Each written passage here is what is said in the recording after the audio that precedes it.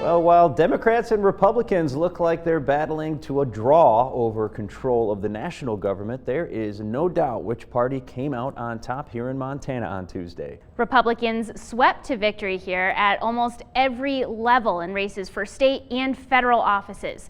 MTN chief political reporter Mike Dennison has the lowdown on the red wave here in the Big Sky State.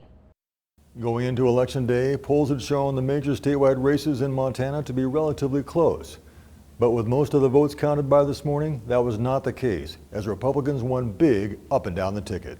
Republican U.S. Senator Steve Daines easily turned back a challenge from Democratic Governor Steve Bullock, 55 to 45%. Late Tuesday evening, Daines thanked supporters in his hometown of Bozeman and noted that his victory appears to have helped keep the U.S. Senate in Republican hands, despite an avalanche of outside money spent to defeat him. And I'm grateful that the good common sense, the good horse sense of Montanans didn't listen to all that out-of-state money from Chuck Schumer flooding into Montana.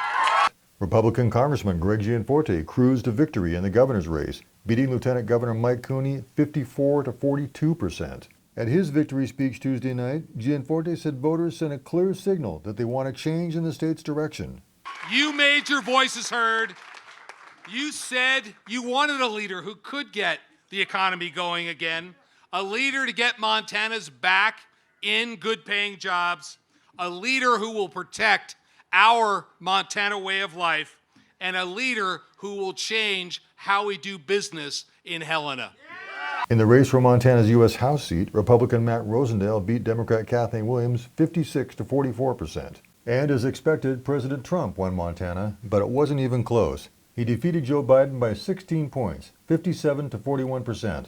But the GOP rout didn't stop there. Republican candidates also won the races for Attorney General, State Auditor, State Superintendent of Public Instruction, and Secretary of State. And they won 3 contested seats on the State Public Service Commission. Same story in the state legislature. The GOP picked up as many as 9 seats in the Montana House, expanding their majority to 67 to 33. And they increased their advantage in the state Senate by 1 to 31 to 19. How did the GOP pull off such a dominant performance? 1, they crushed it in rural counties, often winning by 3-1 margins or better. 2, they won big in Billings and turned formerly Democratic Cascade County and Great Falls red. Every GOP statewide candidate won the county with ease, and Republicans won every legislative seat there on the ballot. And 3, Democrats showed strength in very few places that matter: Missoula, Bozeman, and Butte. But that's about it.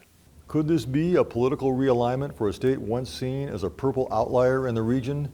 It sure looks that way. We had a record turnout on Tuesday, but it appears that a lot of those new voters voted Republican. In Helena, Mike Dennison, MTN News.